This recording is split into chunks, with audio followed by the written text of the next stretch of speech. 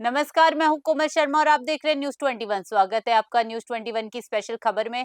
चित्तौड़गढ़ जिले की रावत भाटा नगर पालिका एक बार फिर बड़े विवादों में घिर गई। मुख्यमंत्री बजट घोषणा के तहत शहर में 41 करोड़ रुपए की लागत से सीवरेज ट्रीटमेंट प्लांट और पाइपलाइन बिछाने का कार्य शुरू तो कर दिया गया, लेकिन चौंकाने वाली बात यह है कि नगर पालिका के पास प्लांट लगाने के लिए प्रस्तावित जमीन ही उपलब्ध नहीं है।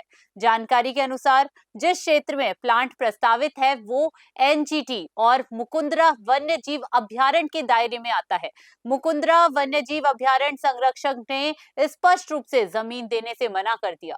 इसके बावजूद नगर पालिका प्रशासन ने आनन फानन में कार्य शुरू करवा दिया। सवाल ये उठ रहा है कि जब ट्रीटमेंट प्लांट के लिए जमीन ही नहीं है तो शहर की सड़कें खोदकर पाइपलाइन बिछाने का क्या औचित्य है। मामले में भ्रष्टाचार की आशंका तब और बढ़ गई जब साल 2022 में 1.5 करोड़ की लागत से बनी गारंटी पीरियड वाली सड़क को खोदकर नई सड़कें बनाने का टेंडर निकाल दिया गया।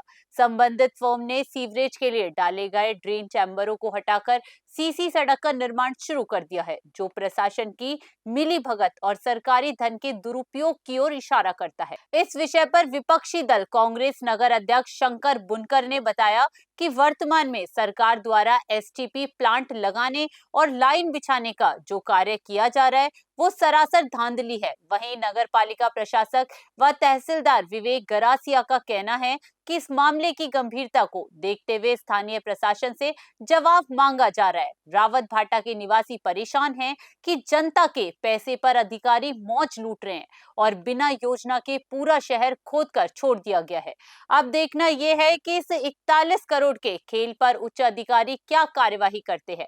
रावत भाटा से मदन मीणा की स्पेशल रिपोर्ट। तो 6 महीने पहले सिविल लाइन काम चालू किया था इन लोगों ने, और हमारे आरपीएफ का मुख्य मार्ग यही है, पर इन लोगों ने ध्यान देना ही बंद कर दिया। ना आना नहीं जाना, ना बच्चों का एक्सीडेंट होता है, दिन मोटरसाइकिल पड़ती है यहाँ पर कोई ध्यान देता नहीं है। प्रशासन निवेदन है घर पे काम करा हुआ है, नहीं तो और दिन आए दिन बच्चों का एक्सीडेंट होगा, कोई लगेगी करेगी, जिम्मेदार प्रशासन होगी इसकी। जो है इसका जो ट्रीटमेंट प्लांट लगेगा वो कहाँ लगेगा, जनता इन विषयों पर खुद चिंतन करेगी कहाँ लगेगा। कुछ एनजीटी के सुनने में आया कि एनजीटी के इलाके में ये लगेगा। अगर एनजीटी के इलाके में लगेगा तो एनजीटी के तो वैसे भी यहाँ के बहुत सारे ग्रामीण क्षेत्र के जो लोग, ग्रामीण क्षेत्र के इलाके जो हैं जी, उनको विस्थापित होना पड़ रहा है एनजीटी के कारण जी। तो ऐसे में एनजीटी क्या इन सीवरेज प्लांट, ट्रीटमेंट प्लांट को अपने इलाके में लगने देगा? और अगर ट्रीटमेंट प्लांट इस बेरियल से ऊपर के इलाके में लगता है तो नीचे का जो सीवरेज है वो ऊपर तक कैसे जाएगा?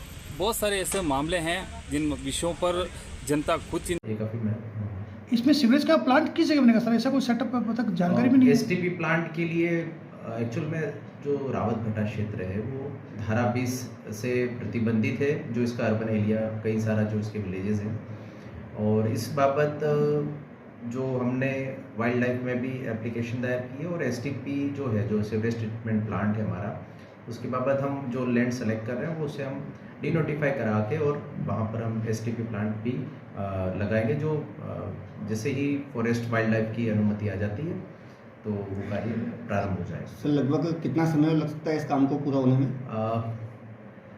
आशा करते हैं कि 1 साल के अंदर हमारे रावत भाटा में समस्त सीवरेज का कार्य है विद एसटीपी ये पूर्ण हो जाए।